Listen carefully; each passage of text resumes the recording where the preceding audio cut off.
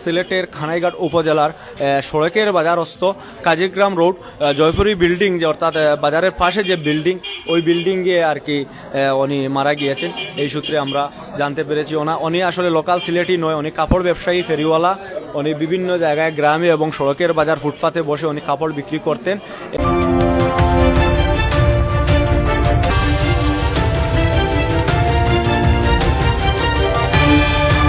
ভিতরের যে গেট, অর্থাৎ বিল্ডিংয়ে প্রবেশ করার যে গেট, এটা এই মুহূর্তে এখানকার স্থায়ীরা বন্ধ করে রেখেছেন, কারণ কানাইঘাট থানা পুলিশ এসে এই লাশ নামাবে, তাই এলাকার জনসাধারণরা এখানে এসে ভিড় করছেন।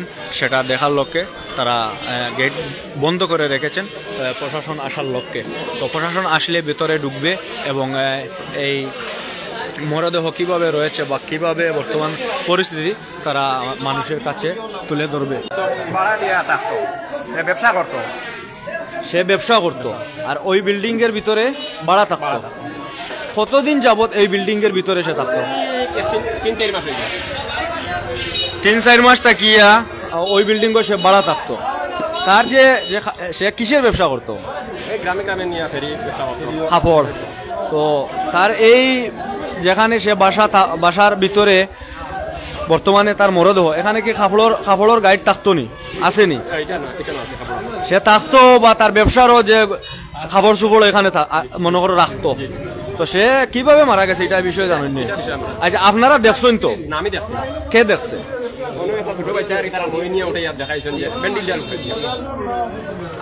আপনি দেখছেন?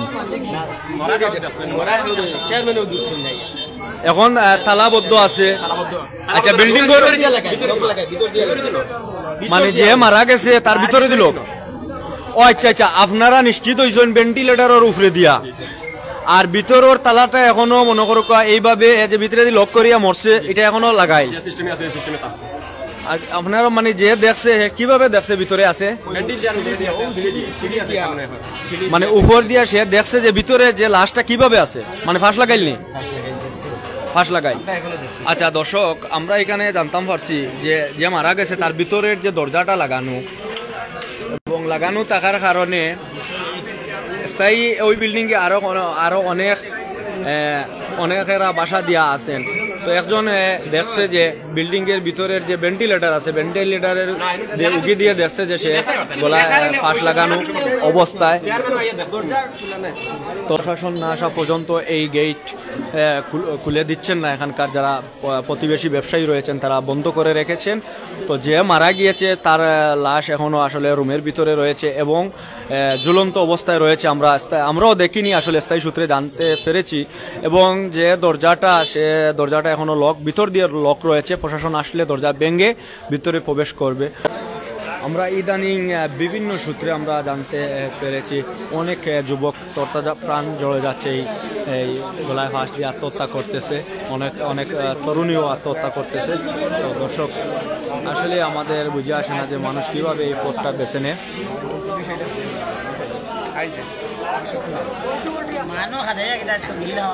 একজন ভাই কমেন্টে লিখেছেন সিসি ক্যামেরা থাকলে চেক করা হোক, এই বাসায় আর কোনো লোক ঢুকেছে। আসলে তো এটা আইনি প্রক্রিয়া, প্রশাসনের লোক আসবে এবং তারা তাদের প্রশাসনিক যত কার্যক্রম রয়েছে তারা সেটা করবে। প্রশাসন আসলে তারা করবে। এই মুহূর্তে গেট বন্ধ রয়েছে, সাধারণ জনতা প্রবেশ করতে পারতেছে না এবং যে রুমে লাশ রয়েছে সেই রুম বর্তমানে লক করা রয়েছে ভিতর থেকে। প্রশাসন আসলে ইনশাল্লাহ সেটা হবে, সঠিক তদন্ত করা হবে। সে আত্মহত্যা করেছে না কেউ তাকে হত্যা করেছে সেটা সঠিক তদন্ত হবে। সে একা থাকতো ওই বাসায়, যে মারা গেছে ওনার ফ্যামিলির আসলে কোনো সদস্য ওনার সঙ্গে থাকতেন না, যেহেতু উনি ফেরিওয়ালা, উনি কাপড় বিক্রি করতেন।